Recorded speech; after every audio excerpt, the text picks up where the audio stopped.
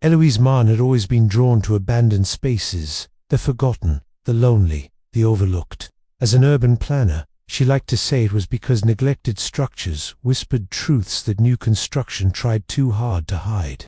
Colleagues joked she should have been a historian, but Eloise trusted her instincts. Old places had stories, and some stories insisted on being heard.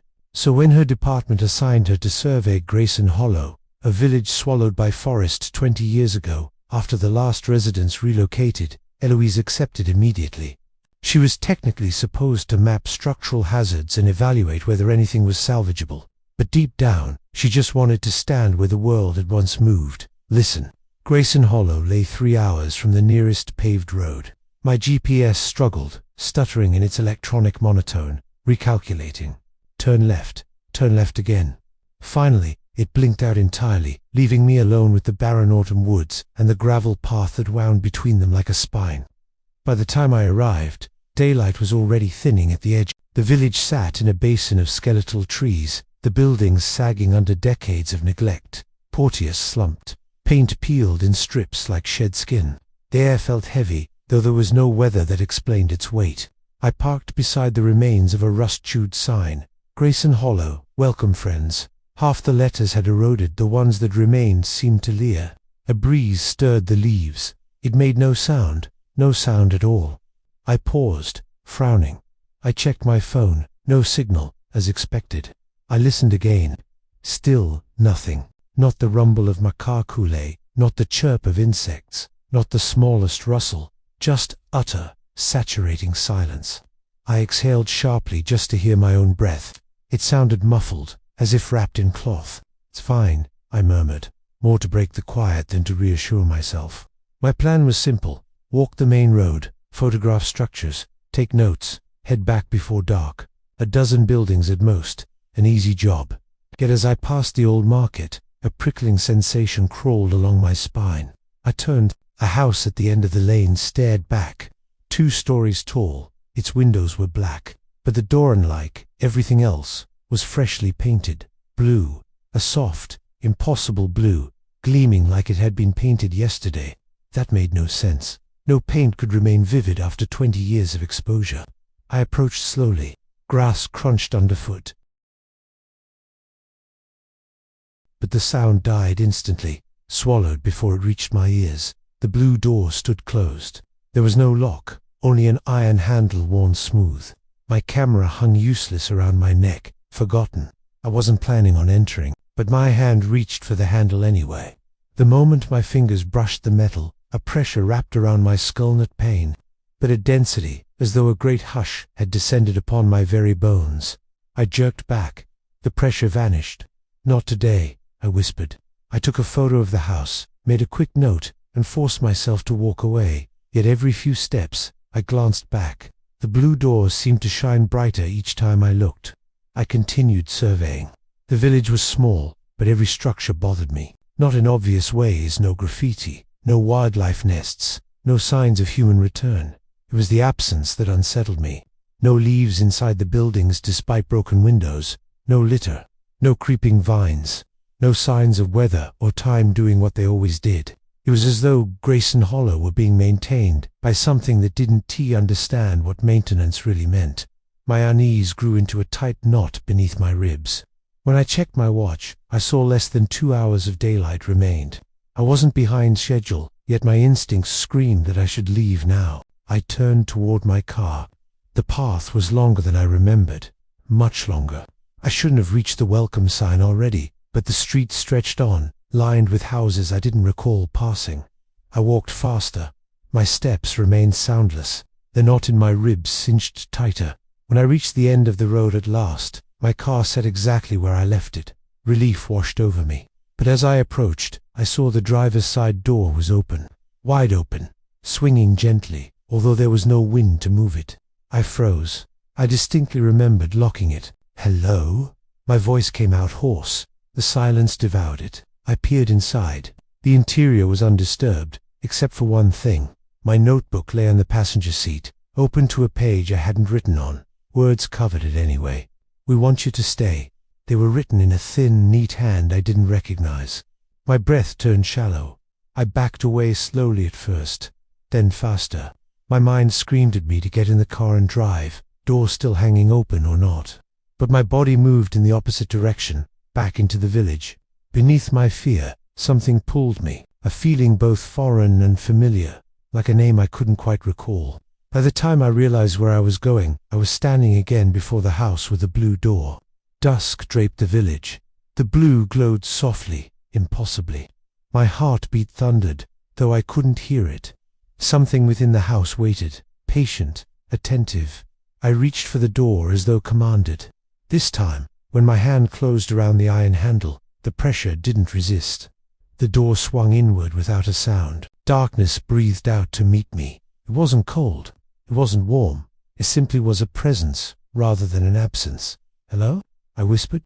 Something shifted in the darkness, slow and deliberate. I stepped inside. The door shut behind me. I did not hear it close. My phone flashlight fluttered weakly to life, illuminating a hallway lined with photographs.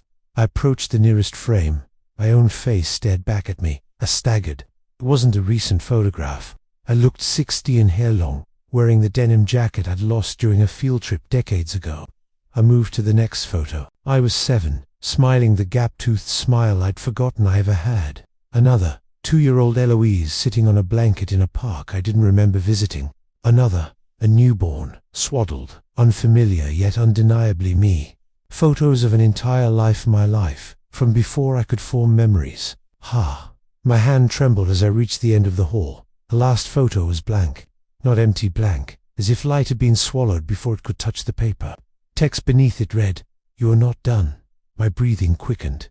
I took a stumbling step backward and collided with something solid, not a wall, something that moved. I jerked forward, spinning. A tall figure stood at the other end of the hallway. It had a human shape, but the edges were wrung too smooth, too precise, like a silhouette cut from shadow. No face, no features, just darkness made flesh. It raised an arm, slow and careful, as if reaching toward an animal it didn't want to startle. I stumbled back. "Stay away." The figure didn't advance. It lowered its arm. Then it pointed, not at me, but at the blank photograph. A message vibrated inside my skull, a pressure, not a voice, but carrying meaning. "We remember you. Do you remember us?" I shook my head violently. "I don't know you." The pressure tightened. "You knew us once, before the forgetting, before you left." My knees nearly buckled. "Left? I've never been here." The figure tilted its head, as though studying me. Another pulse of meaning. "You were the first, the one who opened the way, the one who promised to return." A memory flickered so faint I almost missed it. A cabin, shadows moving at the edge of vision. A dream I used to have as a child, recurring often enough to feel real. But it wasn't a dream. It was here. I turned and ran. I burst out the front door into near darkness, gasping for Saint-Denis. Sound, but the village swallowed everything. Behind me, the blue door creaked open, though I heard nothing, only sensed the movement. I sprinted down the main street, but the street didn't end. Buildings stretched endlessly in both directions, repeating the market, the church, the boarded-up bakery looping like a mirrored reflection. My breath came fast. Panic clawed at my chest. I wasn't in Greyson Hollow anymore. I was inside the thing beneath it, the thing I had opened the way for, whatever that meant. "We want you to stay," the notebook had said. My lungs burned. I forced myself to stop, hands on my knees, fighting dizziness. A familiar pressure gathered behind me. I turned. The figure from the house stood in the street. Behind it, multiple shadows detached themselves from the buildings, tall and thin and unbearably still. They surrounded me slowly, like cautious caretakers. I backed away until my heel hit something solid. I looked down. The welcome sign. "Welcome, friends." A car sat a few feet beyond it. The path looked normal again. Trembling, I bolted for the car. I dove into the driver's seat and slammed the door. The silence inside felt even heavier. The keys were in the ignition, they always had been, but when I turned them, the engine didn't respond. Not a sputter, not a click, just silence. My hands shook uncontrollably. In the reflection of the rearview mirror, something moved behind me. Slowly, I turned. The back seat was empty, but the space felt inhabited, as if someone sat there just beyond visibility. A gentle weight pressed against the cushion. "You cannot leave," the pressure said inside my skull. "There is still a place for you, a place you made, a place waiting." "No," I whispered. "No, I didn't." Another pulse, softer this time. Almost tender. "We have missed you." The pressure faded abruptly. The village went still. The silence shifted subtle, like a held breath released. I seized the moment. I slammed the door open, bolted from the car, and sprinted toward the woods beyond the sign. Branches whipped my arms, roots snagged my boots, but I didn't stop. Something moved through the trees behind me, silent but immense, keeping pace without effort. The forest thickened. Darkness swallowed my vision. Still, I ran. At last, a faint shimmer appeared ahead, a thin line of light. A road. The real road. My lungs screamed as I pushed harder, bursting through brambles and collapsing onto the asphalt. Sound returned all at once. Cicadas screeched. Leaves rustled. Distant birds called. I sobbed at the noise. When I looked back, the forest behind me was ordinary. Just trees, just shadows. No village, no figures, no blue door. I crawled to my feet, shaking violently. I had escaped. I had a breeze brushed my cheek.